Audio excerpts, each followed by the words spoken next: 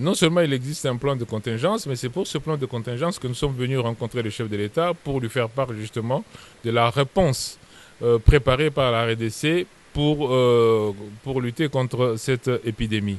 Ce plan de contingence est mis en œuvre par l'Institut national de santé publique, qui est le CDC Congo, et au travers de son organe opérationnel, qui est le Centre d'opération d'urgence de santé publique. Alors, ce Centre d'opération d'urgence de santé publique, le COUSP, a développé le plan de contingence, le plan de vaccination, le plan de prise en charge, tout le plan de lutte contre Mpox. C'est autour de ce plan que non seulement le gouvernement a commencé à s'engager, vous avez suivi que le ministre des Finances a annoncé déjà entre 6 et 10 millions de dollars, et ceci vient d'être confirmé par le président de la République.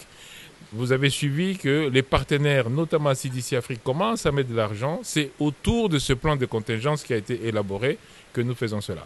Non seulement la RDC a ce qu'il faut, mais vous avez vu que dans beaucoup de pays africains, on prend les experts de la RDC pour aller répondre à leurs propres besoins.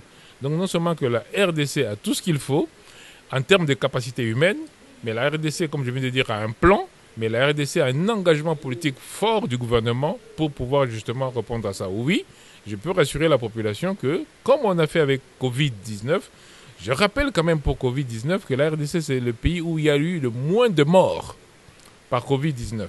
Je rappelle que nous avons eu Ebola et nous avons fait un plan de contingence à l'époque et nous avons contenu et éradiqué Ebola qui était beaucoup plus sévère qu'un Mpox.